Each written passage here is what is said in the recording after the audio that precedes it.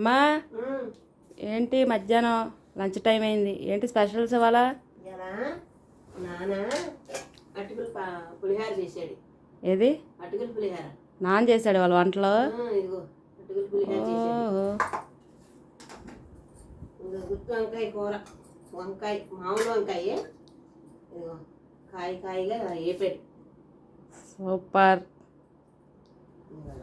కాయ కాయగా.